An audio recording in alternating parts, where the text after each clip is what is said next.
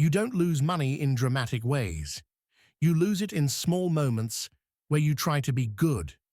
That leak has a name: the nice tax. It's the money you pay to avoid discomfort, to avoid being judged, to avoid someone's disappointment. You say yes when you mean no. You cover the bill to keep it smooth. You discount your price so they don't leave. You buy gifts you can't afford because you fear looking selfish, and you call it kindness. But your body knows the truth. Because right after you pay, you feel a tightness. Not regret about the money, regret about the weakness.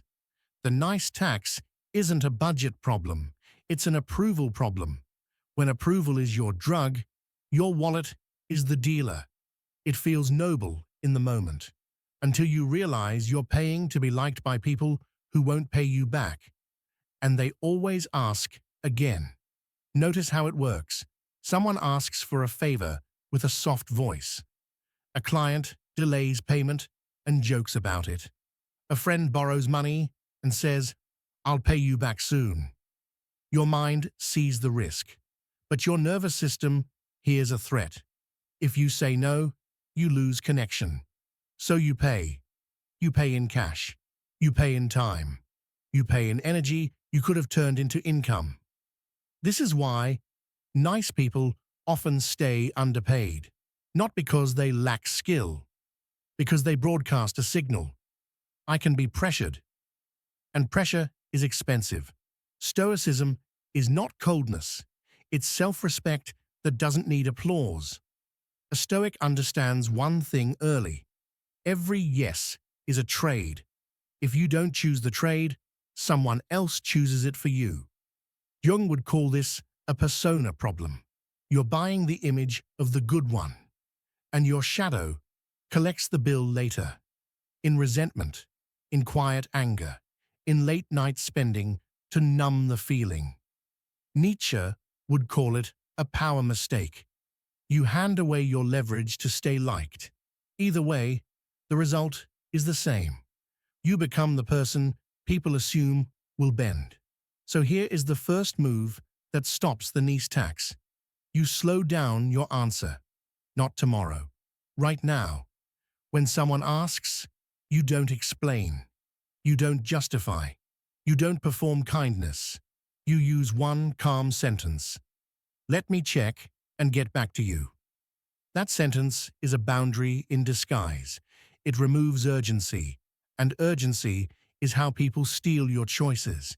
Then you do the second move. You calculate the hidden cost. Not the money, the after cost. Ask yourself, if I say yes, what do I lose tomorrow? Do I lose 2 hours of deep work? Do I lose sleep because I'm stressed? Do I lose respect because I showed I can be pushed? Write it down once and you'll feel it. The nice tax is rarely one payment. It becomes a subscription. Now the third move. You stop confusing guilt with morality. Guilt is just a signal that you broke a rule inside your identity. And for many people, the rule is keep everyone comfortable. But comfort is not your job. Character is your job. A clean boundary can be kinder than a fake yes, because it tells the truth early instead of punishing people later with resentment. Here's a practical rule. Never give an instant yes to anything that costs money, time, or reputation. If it matters, it waits. And if someone punishes you for waiting, you just learned something. They weren't asking. They were testing. Now look at your income. If you undercharge, you're paying the nice tax in reverse. You work harder to avoid feeling greedy. But money is not a moral label. It's a measurement of value and leverage. And watch the emergency loan trap. People don't ask for money like adults. They ask with pressure, urgency, and a story. So you adopt one rule: never lend under stress. If you can't afford to gift it, you can't afford to loan it. And you use a clean line: I can't do that. No apology, no essay, just truth. Now you set a floor, a minimum price, a minimum rate, a minimum standard of how you're treated. When someone goes below it, you don't argue, you don't lecture. You say, "That won't work for me," and you stop talking. Silence is expensive for manipulators. They need you to fill it with explanations. And one more thing. Watch where you spend to prove you're not cheap. That's the nice tax in public. A Stoic doesn't fear looking cheap. A Stoic fears losing control. Try this for 7 days. 1. Pause every request with, "Let me check." 2. Write the after cost before you say yes. 3. Make one calm no per day without explaining. 4. Don't spend money when you feel guilt, stress, or pressure. 5. Track every nice tax payment, even the small ones.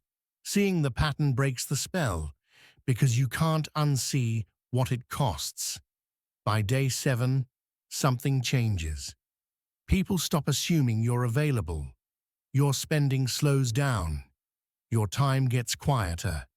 And the money that was leaking through politeness stays with you because you finally stop paying for approval.